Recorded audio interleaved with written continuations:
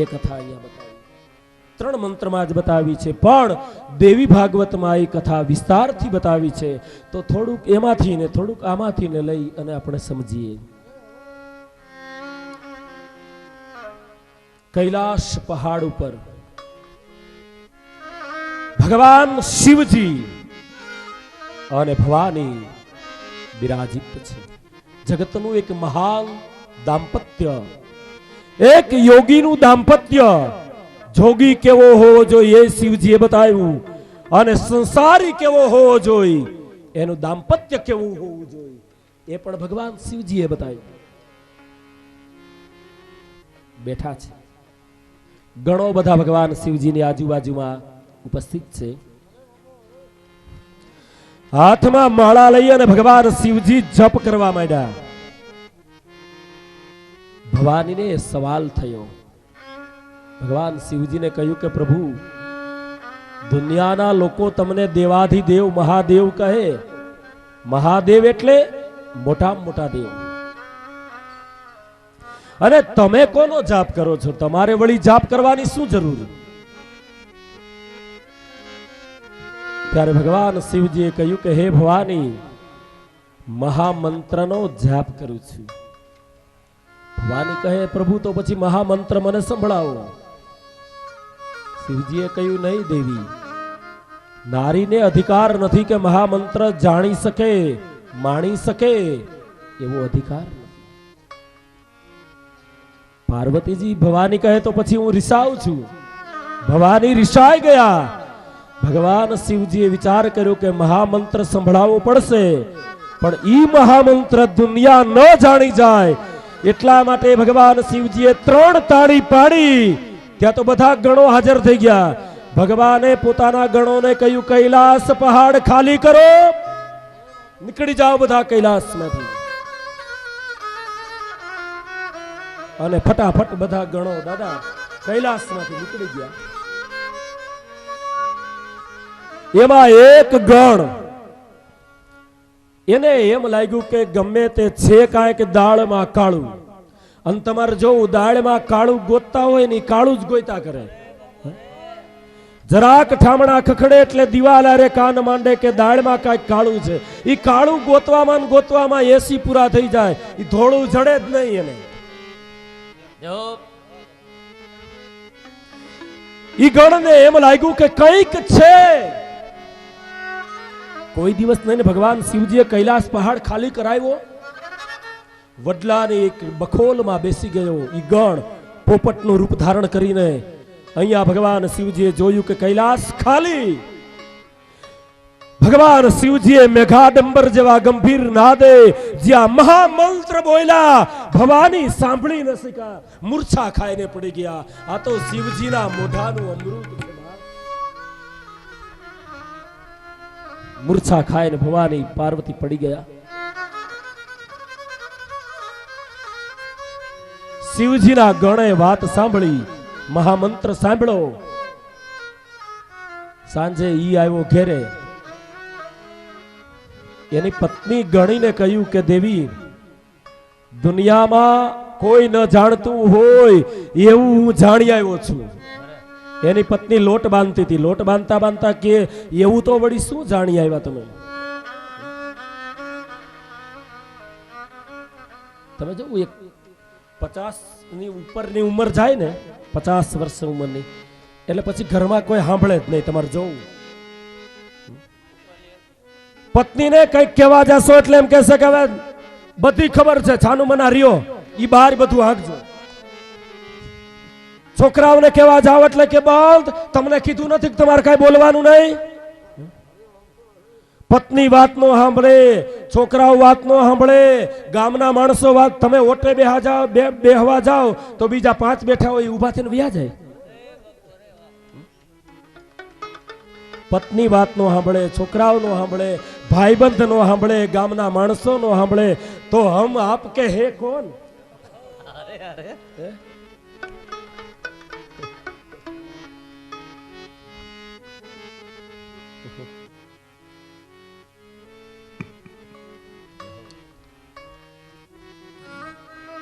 આ શું છે? નારિયેલ. આ બધું સમજવા જેવું છે ભાઈ. જો દ્રષ્ટિ હોય તો બધું સમજાય એવું છે. ના રિયલ. આ રિયલ છે તો કે ના, રિયલ ભાગ એનો અંદર છે, આ બહાર ખોટો ભાગ છે. આપણે કેમ છે નથી એવું?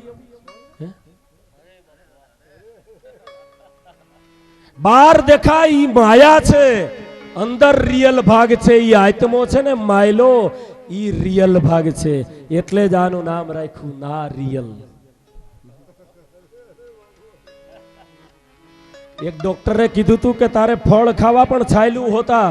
એક ભાઈ બીજે દી ગયો કે મારા દાંત દુખે છે, હું શ્રીફળ ખાતો તો છાયલું હોતું. તો કે શ્રીફળ નહીં અભાગ્યા, સફરજન ખા, છાયલું હોતું. કે આ નો રિયલ. ગણ આવ્યો, એની પત્નીને કહ્યું કે મારી વાત સાંભળ, દુનિયામાં કોઈને ન હોય એવી વાતની મને ખબર છે. લોટ બાંધતા બાંધતા કે બોલો. ગણે કહ્યું કે દુનિયામાં મોટા મોટો તારણહાર મહામંત્ર મેં આજ સાંભળ્યો છે. આમ કહીને એની પત્નીને મહામંત્ર સંભળાવ્યો. એની પત્નીએ વિચાર થયો કે આવી વાત ગંભીર મારી બેનપણીને કહું. બીજે દિવસે ઈ આવી એની બેનપણી પાસે, એની બેનપણી ભવાનીની પાસે આવીને કહ્યું કે માં, એક વાત ખાનગી છે, તમને કહેવા માટે આવી છું. ભવાનીએ કહ્યું કે હમણાં ખાનગી વાતો સાંભળવાનો બહુ યોગ લાગે છે. કાલે શિવજીએ મહામંત્ર સંભળાવ્યો. એણે કહ્યું કે દુનિયામાં મનમાં વિચાર કરે કે દુનિયામાં કોઈ પાસે મહામંત્ર નથી એવો હું તમને કહું છું.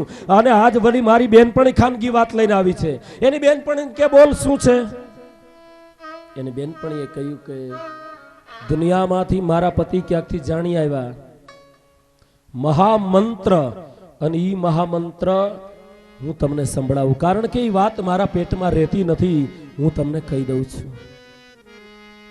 અને પાર્વતીએ મહામંત્ર સાંભળ્યો અને એનો મગજ ગયો. એને એમ થયું કે શિવજી એમ કહેતા હતા કે દુનિયામાં કોઈ નથી જાણતા, એને બદલે આ સામાન્ય ગણ પણ જાણે છે અને એની પત્ની પણ જાણે છે. આવવા દો ઘેરે શિવજીને. શિવજી આવ્યા. ભવાની રિસાઈ ગયા. શિવજીએ કહ્યું દેવી કેમ? બોલે ભોળાનાથ, તમે એમ કહેતા હતા કે મહામંત્ર દુનિયામાં કોઈ જાણતું નથી, તમારો ગણ પણ જાણે છે. મારી મોઢે તમે ખોટું શું કામ બોલ્યા? શિવજીએ વિચાર કર્યો કે જે મહામંત્ર મારા શ્વાસમાંથી પ્રગટે ઈ મહામંત્ર મારો ગણ જાણી ન શકે, પણ જરૂર કઈ ભેદ લાગે. અને ધ્યાનસ્થ થઈને ભગવાન શિવજીએ જોયું તો ઈ ગણ પોપટનું રૂપ ધારણ કરીને એક ઝાડવાની બખોલમાં બેઠા બેઠા સાંભળી લીધો છે. શિવજીએ ગણને બોલાવ્યો અને ઈ ગણનું નામ પુષ્પદંત. ગણ ધ્રુજવા માંડ્યો. ભગવાન શિવજીએ ઠપકો આપ્યો. ભવાનીએ તો ક્રોધમાં શ્રાપ આપી દીધો કે અમારી વાતો ખાનગી સાંભળે છે. જા તને શ્રાપ આપું છું કે તારો મનખા દેહ થશે, માનવ અવતાર લઈને મર્ત્ય લોકમાં જા. ત્યાં તો પુષ્પદંત ગણ રડી પડ્યો. માને કહ્યું માં, આવડી નાનો અપરાધ અને એમાં આવડી મોટી સજા, આપનું શરણ છોડીને મર્ત્ય લોકમાં મારે જવું પડે? પાર્વતીજીને દયા આવી ગઈ. ગમે એમ તો એ માં છે ને, માં ઈ માં બીજા વગડાના વા, માં ઈ મમતાનું ઝાડ છે, માં નેહનો દરિયો છે. બાપ, નેહનો દરિયો છે. પુષ્પદંતની માથે હાથ મૂકીને કહ્યું દીકરા, શ્રાપ અપાઈ ગયો છે એટલે તારે જવું તો પડશે જ, પણ જા, હું તને આશીર્વાદ આપું છું. ગૌલોકના કૃષ્ણની તું ભક્તિ કરજે, પરમહંસ દશામાં તું રહેજે, ભગવાન વેદવ્યાસને ત્યાં તું પ્રગટ થાજે અને ભાગવત રૂપી કથાના અમૃત પાન કરજે, કરાવજે. જા બાપ જા, તારી જરૂર દુનિયાને બહુ છે. અને એ જ પુષ્પદંત ભગવાન વેદવ્યાસને ત્યાં દીકરા તરીકે પ્રગટ થયા. કેવી રીતે? ઘૃતાચી નામની અપ્સરા પોપટીનું સ્વરૂપ ધારણ કરીને આકાશમાં નીકળી. ભગવાન વેદવ્યાસને મોહ થયો, એનું શુક્ર સ્ખલિત થયું. અરણીના કાષ્ઠનું મંથન કરતા હતા અને એ કાષ્ઠ મંથનમાંથી 16 વર્ષના સુખદેવજી પ્રગટ થયા. આજાનુબાહુ, લાંબી નાસિકા, વિશાળ લલાટ, વાકડિયાળા વાળ એવા સુખદેવજી મહારાજ પ્રગટા છે. બોલીએ શ્રી સુખદેવજી મહારાજની જય. જન્મ થતાની સાથે જ સુખદેવજી વનના રસ્તે ગયા. ભગવાન વેદવ્યાસ એની પાછળ દોડ્યા. એ દીકરા ઉભો રે, ભો પુત્ર તિષ્ઠતામ. અહીંયા એમ લખ્યું છે કે સુખદેવજીએ પાછું વાળીને જોયું જ નથી. વૃક્ષમાંથી સર્વાત્મા ભાવે ઉત્તર આપ્યો. એનો અર્થ શું? જળ ઝાડવા બોયલા. ઝાડવા ઘણું બોલે, પણ ઈ સાંભળવાના કાન આપણી પાસે નથી. ઝાડવા શું બોલ્યા? ઝાડવાએ એમ કહ્યું કે હે વેદવ્યાસ, અમારી સામે જુઓ, અમારામાં ફળ આવે ને ઈ ફળ અમે જગતને આપી દઈએ. અમે નથી ખાતા. તમારું જે ફળ સુખદેવ છે એની જગતને જરૂર છે, માટે જગતને સોંપી દો. ઝાડવાને પથ્થર મારો ને તોય ફળ આપે. ઝાડવાને ફળ જે ઝાડવામાં આવે એને માણસો પથ્થર મારે. બાવળ કડવા લીમડા પાસે કોઈ જાય, એને કોઈ પાણો મારે નહીં, એમાં ફળ આવતા નથી. અને બાવળની પાસેથી ને કોઈ હાલે નહીં. બહુ મીઠા થશો ને તો જગતના પથરા ખાવા તૈયાર રહેજો, પથરા મારશે જ. પણ ડાયો માણસ એને કહેવાય કે ઈ પથરાને ભેગા કરી એનું પગથિયું બનાવી એના ઉપર બેહે, એને ડાયો માણસ કહેવાય. સુખદેવજીએ સર્વાત્મા ભાવે ઉત્તર આપ્યો છે. સર્વાત્મા ભાવે. અને ભગવાન વેદવ્યાસે સુખદેવજીને જવા દીધા અને કહ્યું, દીકરા ગુરુ કરજે. ગુરુ વિના જગતમાં કોઈ તરી ન શકે, માટે ગુરુ બનાવજે. આમ કહીને ભગવાન વેદવ્યાસ પાછા વળ્યા તો એ સરોવરમાં અપ્સરાઓ સ્નાન કરતા હતા. વેદવ્યાસને જોઈને વસ્ત્રો પરિધાન કર્યા. ભગવાન વેદવ્યાસના મનમાં સંશય થયો. અપ્સરાઓને કહ્યું કે હે દેવાંગનાઓ, એક સવાલ થાય છે કે મને ઘરડાને જોઈને તમને લજ્જા કેમ થઈ, જ્યારે મારો દીકરો સુખદેવ 16 વર્ષનો, વળી યુવાન, વળી નગ્ન હતો, અને છતાં એને જોઈને તમને લજ્જા ન થઈ? અપ્સરાઓએ કહ્યું કે મહારાજ આડો અવળો જવાબ દે કે સીધે સીધો? તો કે સીધે સીધો. પહેરાતા એને જોઈને કપડા પહેરી લીધા, નહોતા પહેર્યા એને જોઈને ન પહેર્યા. સીધો જવાબ. અરે સુખદેવજીએ કપડા એટલા માટે નહોતા પહેર્યા, દિશારૂપી વસ્ત્ર પહેર્યા છે. આ સ્ત્રી છે, આ પુરુષ છે, એનો ભેદ નથી. હવે જેનો ભેદ નથી એની લજ્જા શું? તમે કપડા પહેર્યા છે, તમારામાં ભેદ છે કે આ સ્ત્રી છે, આ પુરુષ છે, તો તમારામાં ભેદ છે, તો ભેદની લજ્જા રાખે છે. ક્યારેક ક્યારેક એવો જવાબ મળી જાય. સ્વામી વિવેકાનંદનો સવાલનો જવાબ મોટા મોટા પ્રોફેસરો નહોતા આપી શક્યા. મેજિસ્ટ્રેટો એનો સવાલનો જવાબ નહોતા આપી શક્યા. વિવેકાનંદ મૂંઝાણા હતા. એમાં કોઈ એને કહ્યું કે રામકૃષ્ણ પરમહંસને મળ, ઈ જવાબ આપશે.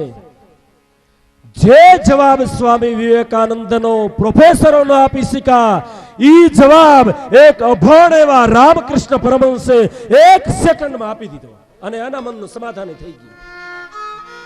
આનું નામ બ્રહ્મ વિદ્યા કહેવાય. બ્રહ્મ વિદ્યા એ ભાખરીનું ભણતર નથી. પ્રોફેસરની વિદ્યા એ ભાખરીનું ભણતર છે.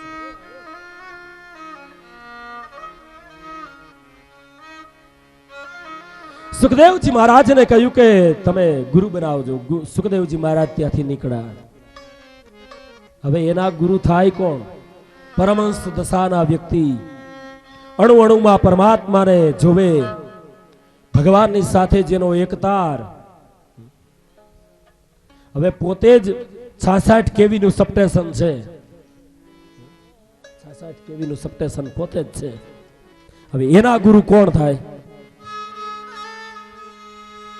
કોઈએ એને કહ્યું કે જનક મહારાજના મિથિલાપુરમાં સુખદેવજી પધાર્યા છે. દરવાજે આવ્યા ને તો દરવાનો એને પૂછ્યું, મહારાજ કોણ છું? સુખદેવજી કે ભાઈ કોણ છું ઈ ખબર હોત તો અહીંયા આવ્યો હોત હું કામ? કસ્ત્વમ કોહમ કૂત આયાત કોમે જનની કામે. તો અહીંયા આવજ શું કામ?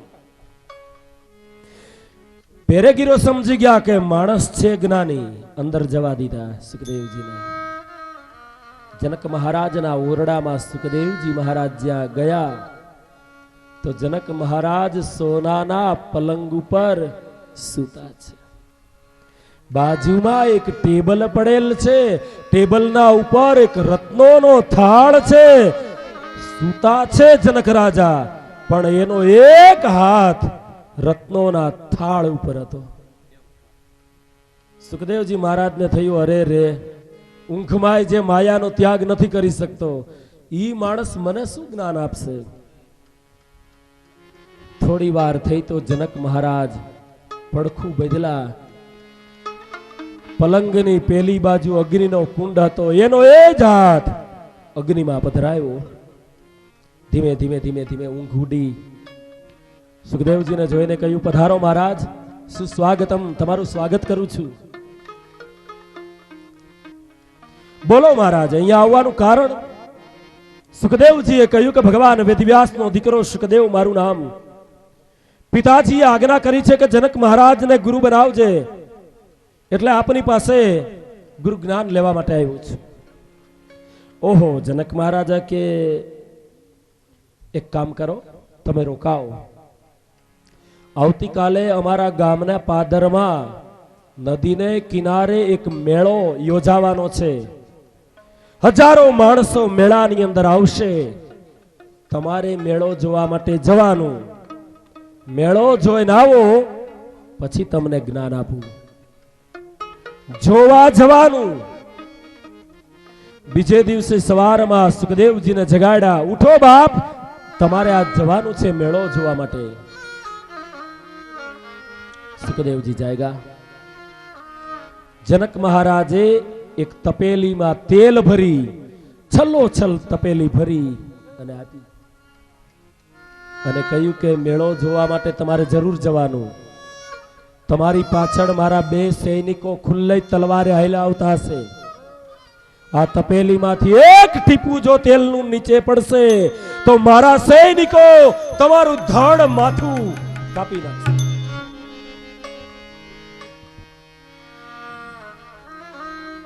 આખો દિવસ સુખદેવજી મેળામાં ફર્યા.